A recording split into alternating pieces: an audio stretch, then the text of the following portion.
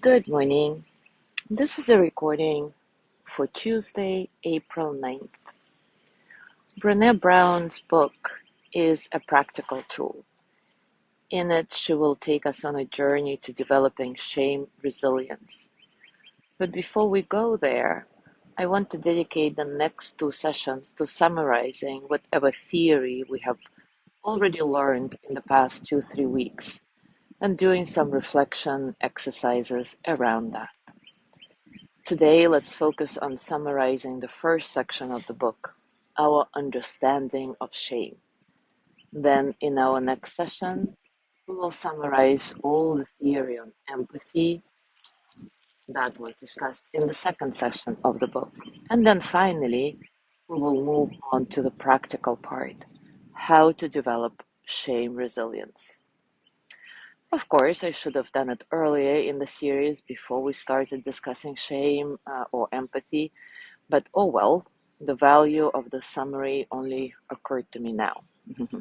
How human of me, right? And in any case, better late than never, right? Anyway, let's discuss what we have learned so far about shame in the context of this book. Brené Brown's career centers on the belief that shame is not an effective tool for behavioral change. She dedicated 10 years to researching the impact of shame on us individually and on the societal level. The truth of the matter is that even though shame is a universal experience, and we all know it, the society at large and even the mental health community remains silent on the topic. And unfortunately, many of us build our lives around shame, which only perpetuates a society oblivious to shame's destructive effects on spirit, families, and communities. Shame's complexity arises from societal expectations affecting various aspects like body image and mental health. The pervasive influence of the media only exacerbates shame, reinforcing unrealistic ideals. Blame, often accompanying shame, contributes even more to these destructive cycles. This creates a complex shame web that we often get trapped in. Understanding our personal shame web is very important if we want to disentangle ourselves from the grip of shame.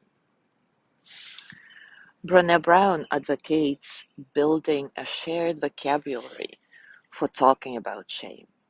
For example, she emphasizes the crucial differences between shame, guilt, and embarrassment.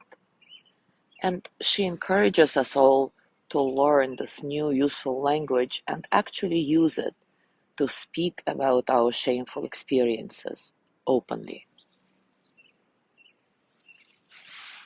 We also learned about the power over versus the power with, the real power that helps us develop shame resilience. This real power, defined as the ability to effect change, is crucial for overcoming shame. So today let's do a self-reflection practice. I will pose some questions and give you a few moments to reflect on them in the context of your own life. If you prefer to write your musings down, take a moment to grab a piece of paper and pen, and maybe a journal if you've been using it or will use it for that work. I'll give you a couple of moments for that now.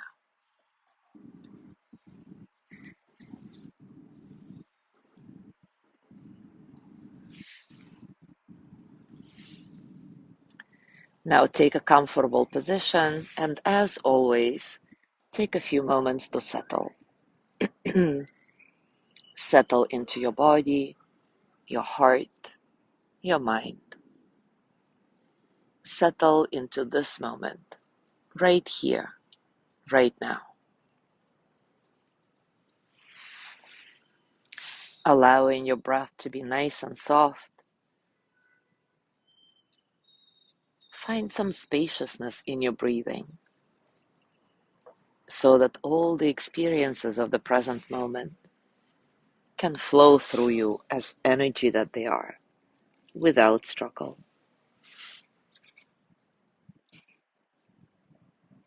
Now let me pose a few questions for your self-reflection. I'll give you about a minute for each one. Remember, as you ponder these questions, whether in your mind or on paper, be sure to keep part of your attention gently scanning and re-scanning your body to notice how this reflection affects your physical and emotional being. Question number 1.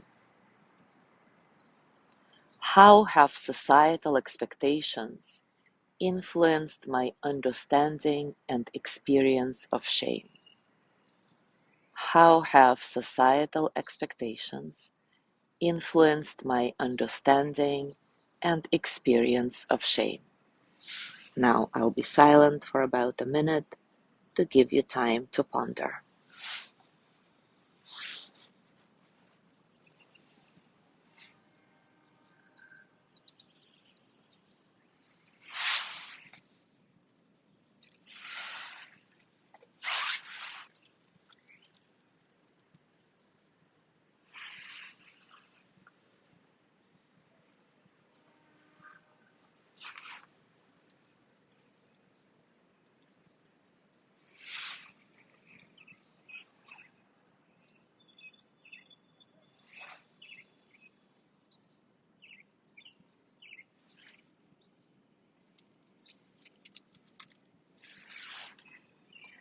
Question number 2. In what ways do I contribute or combat shame within my relationships and community? In what ways do I contribute to or combat shame with my relationships and community? Again, I'll give you about a minute.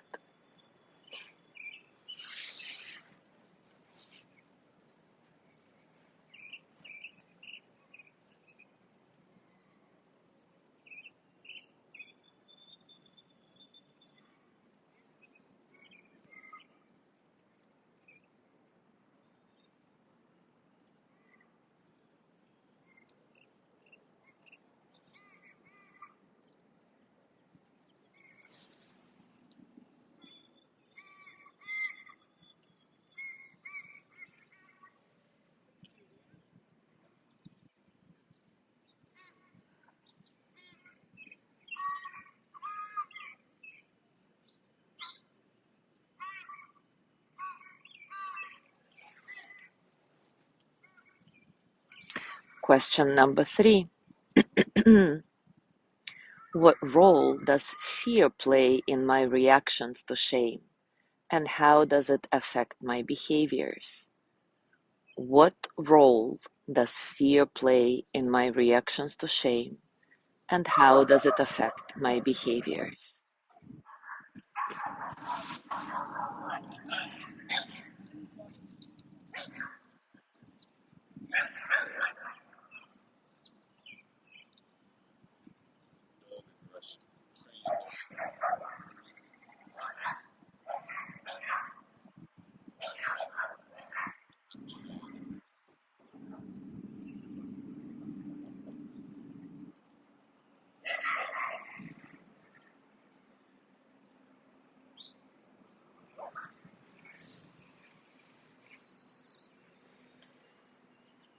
And last question, question number 4.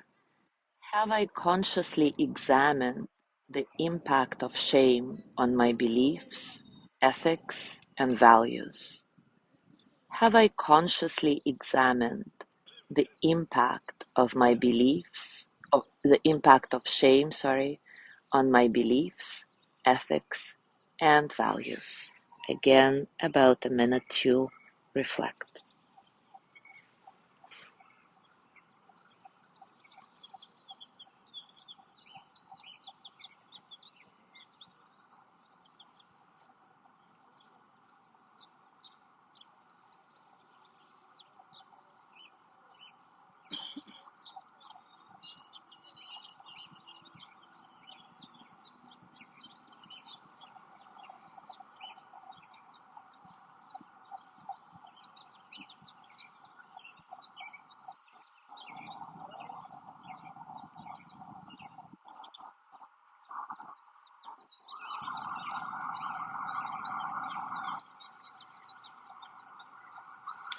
Now place your hands on your heart and send the energy of loving kindness to yourself for being here, for doing this exercise.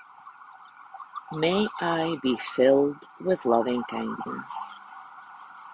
May I be well in body and mind. May I feel loved, cared for, at ease. May I know that I am enough.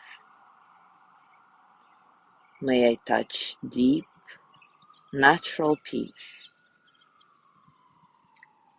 And as you gently let go of your practice, as always, scan your body. Notice what's going on for you right now, physically, emotionally, mentally. How are you, really?